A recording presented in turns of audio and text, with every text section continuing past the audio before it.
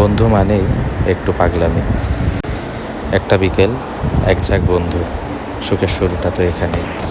চারিদিকে সবুজ মাঠ, পানি, আকাশ, মেঘ, সব মিলিয়ে মনটা যেন জুড়িয়ে গেল। এসেছি ঝিনাইদহ থেকে প্রায় 30 কিলোমিটার দূরে আমাদের এক বন্ধুর হাঁসের ফার্মে ঢুকতেই শুরুতেই দেখি কিছু মানুষ দল বেঁধে বড়শি দিয়ে মাছ মারছে।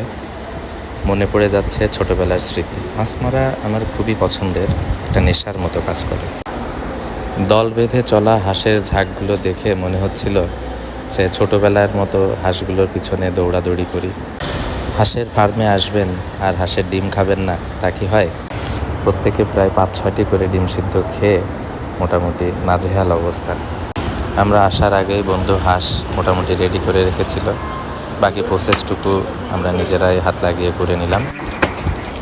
সাথে আড্ডা, গল্প, স্মৃতি, ভাগাভাগি, দুঃখ কষ্ট সব কিছুই কীভাবে যেন সময়ের সাথে সাথে পার হয়ে গেল বুঝতেই পারলাম না। ঠিক তখনই আকাশটা কালো হয়ে হঠাৎ করে নামলো ঝুম বৃষ্টি, আর আমরা সবাই ভিজে গেলাম সেই বৃষ্টির আনন্দে। কিন্তু এমন স্মৃতি শুধু হৃদয়ে বেঁচে থাকে। একটা বিকেল, কিছু প্রিয় মুখ, আর একরাশ হাসি, এই তো জীবন।